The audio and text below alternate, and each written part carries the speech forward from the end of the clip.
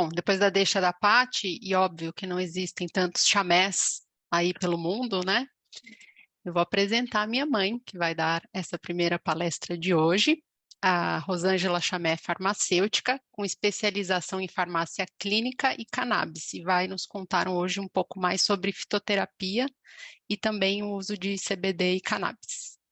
Vou compartilhar a tela aqui para a apresentação dela. Digam se veem bem. Sim? Então vamos lá. Rosângela, é com você. Bom dia a todos, é um prazer imenso estar aqui, né, falando de coisas que eu estudo e sei, e realmente ainda com a filha, isso é um prazer, né? Então, nós vamos falar hoje sobre fitoterapia, né? Eu tenho essa especialidade de farmácia clínica e é uma especialidade em fitoterapia, porque nós tivemos uma farmácia de manipulação por 20 anos, e durante uns 7 a 10 anos nós trabalhamos fornecendo fitoterapia para todas as unidades básicas de saúde, né? Então, fitoterapia, então, é o estudo das plantas usados na prevenção de doenças, né? E a gente falava de fitoterapia como farmácia caseira, aquela preparação de chás que as nossas avós faziam, né? E isso é o que a gente chama de estudo empírico, de empirismo, né? Que ele é baseado só na observação dos resultados. Mas a ciência, ela usa esse empirismo para depois fazer estudos mais específicos, né? Então, é isso que acontece com os fitoterápicos que se tornaram, hoje em dia, chamados fitofármacos, né? Que são extratos padronizados, né, das plantas. A gente tem que ter um cuidado especial de achar, por exemplo, eu tomei um chazinho e ele não tem efeito adverso, né, nenhum. Mas tem sim. Por exemplo, quando a gente fala num chá de alho, se a pessoa tem uma hipotensão, né, e é usado às vezes para estado gripal, ele pode aumentar essa hipotensão, diminuir a pressão arterial, né? Se a gente pensar, por exemplo, num chá de gengibre, né, ele pode, para quem tem problemas gástricos, né, ele pode acentuar, porque ele é irritante da parede gástrica, né? Chá verde é rico num ativo chamado teína, que é muito parecido com a cafeína, então pode, dependendo do horário, causar insônia, né? Dicas, por exemplo, quando você trabalha com essa farmácia verde, farmácia verde, né? Se a planta é fresca, ela requer um pouco mais da planta, porque ela já tem água. Se ela é uma planta seca, ela requer, para você preparar um chá, menor quantidade de água, né? Então, esses extratos padronizados, a gente vai começar a falar sobre eles, porque assim, você pega a planta, ela é estudada, você vê na planta qual é o ativo principal, né, para aquela função de benefício, e você marca ele, e ele vai ficar em maior evidência na planta. Então, fica fácil para dosar, inclusive para o médico prescrever. Então, vamos lá falar de alguns extratos muito interessantes. Por exemplo, a cava-cava. Então, quando você vê cava-cava, extrato seco, 30% de lactonas, é um extrato padronizado. O principal ativo está ali presente, inclusive na concentração, né, indicada. Isso, isso vai padronizar, inclusive, a prescrição do médico, né? Ele é uma planta muito interessante, usado para estados de ansiedade, né? Aqueles estados de, sabe, excesso de produção de adrenalina. Então, ela baixa o limiar, a pessoa fica bem mais tranquila. A descoberta da cava-cava vem da Polinésia, né? Os povos indígenas locais usavam ela para cultos ou para festas, né? Para ficar num estado mais de tranquilidade mesmo, né? Aí a gente fala também da boswellia. A boswellia sterrata tem uma indicação ótima para processos inflamatórios, né? E também constando em cima a padronização do extrato e qual é o principal ativo que vai ter essa função, né? Que está escrito extrato seco com 20% de ácido boswélico, né? Então, ela age no processo inflamatório, ela diminui processos de artrite, artrose, é, tendinites, né? Funciona bem. A dose diária prescrita é de 200 miligramas. Todos, todos os medicamentos, inclusive extrato, a gente sempre fala contraindicado para gestante, mãe que está amamentando ou criança abaixo de 2 anos. Isso porque não tem estudos, né? E como vai fazer, não tem como fazer estudos nesse público aí, né? Então a gente sempre toma cuidado para não indicar. Aí nós vamos falar de cúrcuma. Cúrcuma é muito interessante. E é muito importante quando você compra um produto à base de cúrcuma para usar como anti-reumático, processo doloroso, processo de inflamação, que ela tenha essa padronização de 95% de curcumina, né? Porque ela sabe, ela vai ter, é importante que tenha essa concentração. Falar, os povos indianos usam no tempero, usam na comida, mas eles usam muito. E nós, ocidentais, para que tenhamos esse efeito anti-inflamatório, é importante que se use essa concentração, né? E a dose diária, por exemplo, de 100 a 300 miligramas, 200 miligramas de curcumina por dia é super já eficiente, né? Importante, ela tem uma ação, para quem toma anticoagulante, ela tem uma ação sinérgica, vamos dizer, ela aumenta o poder do anticoagulante, então tem que tomar um certo cuidado, né? Aí nós vamos falar sobre isoflavona. Isoflavona é um derivado de soja, né, que tem 40% desse fitoestrógenos. Eles são chamados de daidizeína e genisteína. Essa molécula é interessante porque ela é similar ao estrógeno feminino. Então, nessa fase de pré-menopausa, ela simula, ela age como se fosse um estrógeno, mas não é. Hoje em dia, o uso da visoflavona ele está menos divulgado por causa da plantação da soja, que usa muito pesticida, né? Mas vamos dizer, a ciência da planta funciona super bem, né? Próximo é a ginkgo biloba. Ginkgo biloba, ela é importante que tenha esses 24% de flavonoides, glicosídeos, né? Ela tem uma ação de melhora de circulação. Então, ela é muito usada para melhorar a capacidade cognitiva, para melhorar estados de labirintites, né? E ela também deve ter, a gente deve ter esse cuidado, se você for fazer um tratamento dentário ou mesmo uma cirurgia, você tem que parar antes, porque ela também tem uma ação anticoagulante. Ela tem uma ação anticoagulante tão importante e quando você tem uma tendência a ter rompimento de vítreo, que é uma gelatina que fica nos olhos, ela pode acentuar esse problema. Aí eu até coloquei assim na sequência agora, apesar de não ser um fitoterápico, porque é um derivado de óleo de peixe, que é o ômega 3, que é muito rico em linolênicos, né? Ele tem uma ação anti-inflamatória e muito parecida com o ginkgo biloba. Então, o que seria interessante é a pessoa usar um mês, 2 meses de ginkgo biloba, passar para o ômega, não manter só o ginkgo biloba. É uma maneira de você evitar efeitos adversos, sendo que o ômega tem uma ação muito parecida com o ginkgo biloba.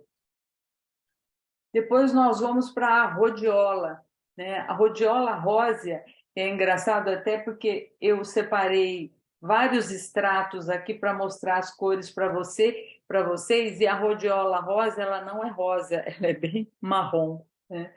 Mas ela é muito interessante. Por exemplo, quando você está em estado de pouca disposição, cansada, assim, a cava-cava, como a gente disse, ela é mais para diminuir o limiar. A rhodiola, ela melhora a sua disposição e não causa ansiedade. Você fica mais disposto a trabalho, diminui o estresse, né?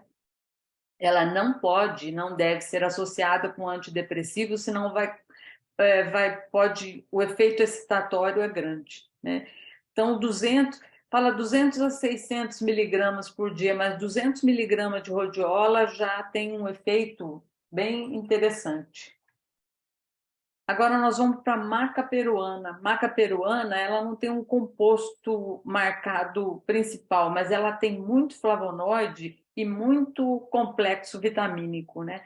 Ela é ótima para fazer exercício. A gente fala para ganhar massa magra, mas se você faz mais exercício aeróbico, você vai ganhar massa magra naturalmente, né?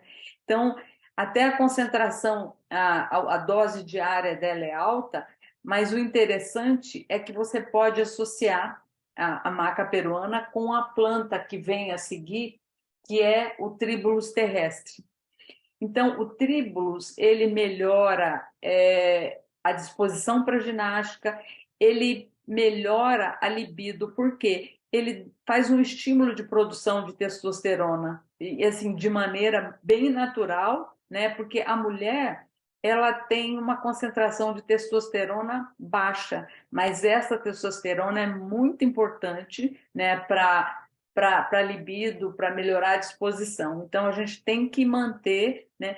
E uma associação, por exemplo, Tribulus maca, você pode usar uma concentração menor de maca, né, em torno de uns 500 miligramas, associado com os 500 miligramas de Tribulus. Isso aí já vai dar um super pique de ginástica e de disposição. Agora nós vamos falar sobre a capsaicina. Capsaicina é o ativo principal das pimentas vermelhas, né? Essa, no caso, que a gente tinha era da pimenta caiena, que tem uma concentração grande de capsaicina. Ela é usada em pomada como ação analgésica e anestésica. Então, tem quadros, por exemplo, de neuralgia de herpes, né? Por exemplo, a herpes zoster, que causa muita dor, porque ela caminha pelas terminações nervosas, e depois que aquelas bolinhas da herpes zoster seca, porque é importante colocar em local de fechadinho, cicatrizado, que não tem umidade, porque senão vai arder. Mas depois que secar, você vai passando aquela pomada naquela região, então a ação anestésica dela e analgésica é boa. Para quem tem também neuropatia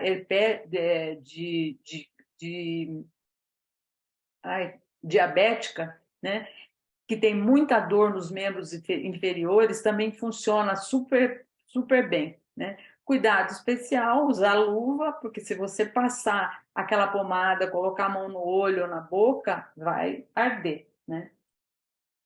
Agora nós vamos falar sobre a queridinha do momento, que é a cannabis, né? Vulgo, uso recreativo, maconha, né? Essa planta é muito interessante, ela tem vários princípios ativos que a gente chama de fitocannabinoides, né? Que tem vários, sabe, as ações são diferentes. Então, assim, os estudos sobre cannabis hoje em dia estão explodindo, o Brasil ainda está um pouco atrasado, né? Isso começou na década de 90 com o professor Rafael Mecholam, né, da Universidade Hebraica. Diga-se de passagem que Israel é o país mais adiantado nos estudos da cannabis, né? E ele isolou, primeiramente, os fitocannabinoides mais conhecidos, que são o CBD e o THC, né? E ele, a partir desse estudo, então foi ver onde é que esses ativos agiam no corpo, né? Assim, um princípio ativo para agir no corpo, para ter uma ação, a gente chama isso de mecanismo de chave e fechadura, né? Então, você tem um local de ação e tem um princípio ativo, ele age ali e vai produzir um resultado, né? Então, o professor Mecholam descobriu que no organismo, e todas as pessoas, todo ser vertebrado tem o sistema endocannabinoide.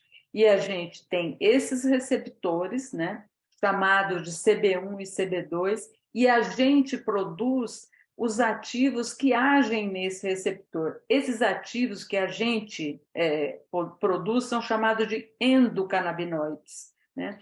Então, eles são chamados de anandamida e 2-AG, e tem esses nomão científico aí mais complicado. Qual que é a ação? Qual que é a função do sistema endocannabinoide? A função é homeostase, equilíbrio. É como se fosse um faxineiro do corpo. Então, ele regula sono, regula fome, regula processo inflamatório, dores, inclusive regula a produção de células que não estão corretas, que devem ser eliminadas, né? Então, ele é um sistema de equilíbrio do corpo, né?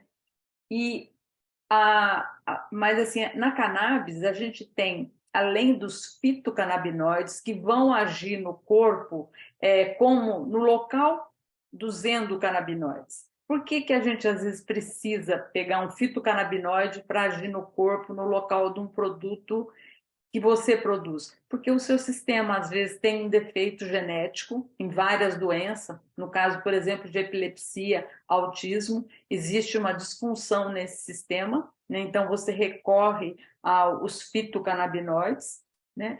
Ou também, que é muito interessante, quando você envelhece, o seu sistema endocannabinoide vai envelhecendo, ele para de fazer aquele trabalho de regulação. E, às vezes, é necessário você usar esses fitocannabinoides para dar uma regulada nesse sistema, né, que vai envelhecendo e evidencia, por exemplo, uma genética que você tem para ter Alzheimer, Parkinson, essas doenças são classificadas como, desculpa, como neurodegenerativas. Só um minuto. Mas essa cannabis também tem presente nela terpenos, que têm ação muito importante, né? O terpeno na planta ou na fruta, ele confere cheiro ao produto, né? Para a gente, como ação, ele confere, às vezes, melhora de sono, melhora de ação anti-inflamatória. Então, ele vai somar com os efeitos dos fitocannabinoides. Tem flavonoides na planta também, na cannabis, que tem uma ação antioxidante importante também, né? Eu vou falar aqui alguns dos princípios fitocannabinoides da cannabis, que, por exemplo, assim, poucos, mas tem muitos, né? Que são o THC, que é o tetraído hidrocannabinol, né? Que é o princípio ativo demonizado por muitos, né? Por quê? Porque ele tem ação psicoativa.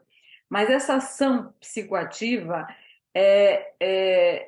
ela pode ser controlada segundo o uso de doses. E ele tem uma ação muito importante como antiemético e para melhorar a fome, né? Na gíria popular, a chamada larica, né? E na medicina, por exemplo, em caso de AIDS, em caso de tratamento de câncer, é muito importante porque o paciente não consegue comer e ele vai ter apetite com o uso de uma quantidade um pouquinho de THC a mais. O THC tem contraindicação, sim, para quem tem um quadro de psicose, né? Não que ele vá levar a pessoa a ter psicose, mas se ela tiver essa tendência, então o médico tem que controlar esse uso, né? O CBD, ele tem uma ação anti-inflamatória, ele tem uma ação de melhora de qualidade de sono e ele é ansiolítico. Por isso, inclusive, nessa última Olimpíada de Tóquio, ele foi liberado do doping, porque ele é muito importante para desportistas, né? O CBG é um queridinho do momento na ciência, porque ele tem uma ação importante anti-inflamatória, inclusive para quadros de pele, né? Psoríase, dermatite atópica, tem vários estudos nesse sentido. Aliás, assim, quando a gente abre o PubMed para ver, os estudos explodem a cada dia e a gente tem que ficar renovando os trabalhos para apresentar, porque sempre tem coisa nova, né? CBN é o canabinol. O canabinol, hoje em dia, os estudos mostram que ele tem uma grande ação como indutor do sono. O canabigerol, né, que é esse CBC, tem ação fungicida e bactericida. Então, essas variações a gente vê, e você pode isolar essas moléculas da cannabis, e é isso que toda a ciência está fazendo, para ter, por exemplo, óleos com mais evidência de um ou de outro, dependendo da patologia do paciente, né? Eu coloquei aqui THCA, só para vocês terem uma ideia, assim, THCA é um THC na forma ácida, né? Ela não tem psicoatividade, né? Então, na planta, por exemplo, quando você usa o recreativo, quando a pessoa acende o cigarro para fumar, aquele processo chama de descarboxilação, e esse THCA vai virar THC. Então, por isso, assim, a ação mais psicoativa do produto quando é fumado.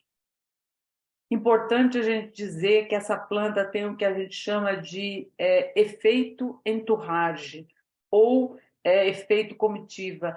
Um produto controla a ação do outro, né? E os óleos presentes, os óleos que os médicos, que a prescrição é feita, a gente tem o full espectro, que é que tem todos os fitocannabinoides, né? E normalmente os que são liberados na Anvisa têm uma concentração de 0,2 a 0,3% de THC, que não tem ação psicoativa, e é o óleo de primeira escolha para todas as patologias. Aí nós temos também o broad spectrum, que é um óleo que tem todos os fitocannabinoides, mas não tem THC. E o óleo isolado, que tem só CBD. Então, tem esse mecanismo. E hoje em dia, os óleos importados falam, esse tem mais CBG, tem mais CBD, eles têm essa especificidade, né? Como é que entrou no Brasil os óleos da cannabis? Entrou em 2012, né, com um grupo de mães com filhos com epilepsia, que é uma doença que os neurônios excitatórios e inibitórios têm um descontrole e ela faz convulsões, a criança chega a fazer 20 a 30 convulsões por dia. A cada convulsão que a criança tem, ela perde mais a cognição, sabe? A capacidade cognitiva dela fica menor, e a capacidade motora dela também. Então, você não vai usar um óleo canábico para curar aquela criança, ela tem um problema genético, mas você vai melhorar a qualidade de vida do paciente. Ele vai passar a não ter quase convulsões, vai conseguir andar, vai conseguir falar, e a gente vê isso na prática, né? Então, essas mães, elas foram atrás da Anvisa, de políticos, e conseguiram, né, trazer o óleo. Mas assim, o óleo, quando veio as primeiras vezes importado e até hoje, ele é um tratamento de elite, para elite. Quando ele veio, os primeiros importados, cada 30 ml custava 1.500, R$ 2.000. Como uma mãe que não tem condição financeira podia ter, né? Por isso que surgiram tantas associações no Brasil. A produção de uma associação, ela ainda é caseira, mas funciona, né? Ela não tem toda essa especificidade de um óleo importado, mas ela é importante, né? Ela também consegue salvar muita criança, né?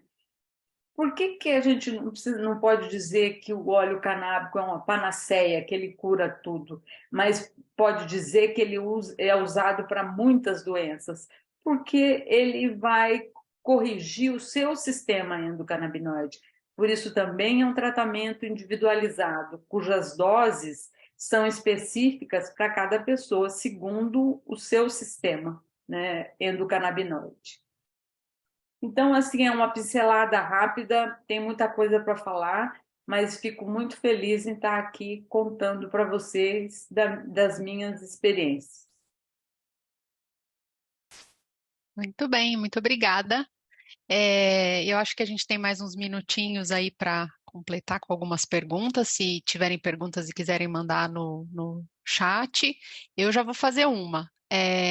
Então, por exemplo, se eu acho que o CBD vai ser bom para mim, quais são os passos? Tem que marcar uma consulta com qualquer médico pode prescrever, como funciona?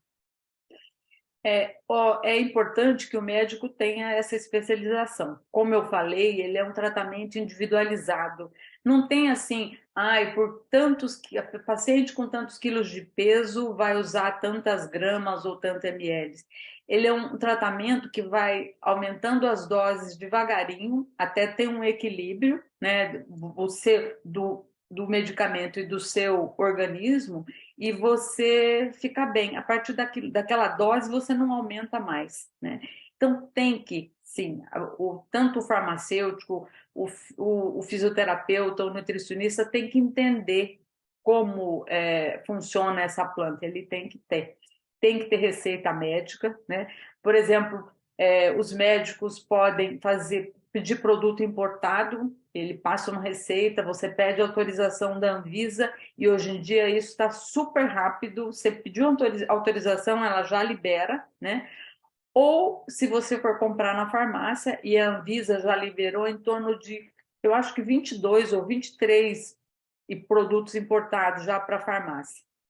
Mas, assim, eu sinto ainda, e até me ofereci para começar a fazer esses cursos para os farmacêuticos das farmácias, né, desses grupos maiores, para que eles entendam também o que eles estão vendendo e para que vai ser usado, né? É um assunto super interessante, Rosângela. Eu tenho uma dúvida que tem a ver com essa questão do fornecimento. Além dos produtos que são importados ou das bases de ingredientes para usar em farmácia de manipulação, existem laboratórios autorizados pela Anvisa no Brasil para produzir localmente alguma das substâncias? A farmácia de manipulação ainda não está, no Brasil, ainda não está podendo trabalhar. Nós temos um primeiro laboratório em Minas Gerais, chama Easy Lab, e eles estão comprando a flor da Colômbia. Então, o que o Brasil precisa? O Brasil precisa plantar, plantio controlado para ter essa produção. Essa Easy Labs, por exemplo, ela compra da Colômbia a flor. Ela é o único laboratório que tem. Além do que, a gente tem grandes associações no Rio de Janeiro, no Nordeste, a primeira, que chama Abrace, que é a mais capacitada no momento, até, sabe, ela está andando rápido para poder pegar um lugar no mercado, né? A partir do momento que tiver plantio, a coisa vai andar muito rápida, né? No Brasil, por exemplo, São Paulo e o Paraná já têm essa ordem para que uma criança ou um adulto que necessite do produto, o SUS fique obrigado a pagar, né? Então, por isso, precisa baratear esse custo de produção, precisa plantar, é cuidadoso, deve ter, sabe, ele deve ser controlado, sim, mas precisa, é um momento, e nós estamos bem atrás do resto do mundo todo, né? Ah, muito legal. Mais uma pergunta? Alguém?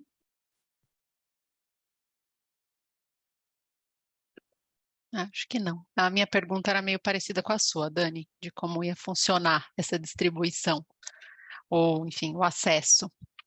Então, tá bom. Alguém está perguntando aqui sobre a apresentação, se pode compartilhar com os participantes. Sim, Podemos claro. compartilhar? Ah, então tá bom. Depois a gente vai deixar disponível lá entre os materiais. Muito obrigada, Rosângela, por estar conosco nesse sábado.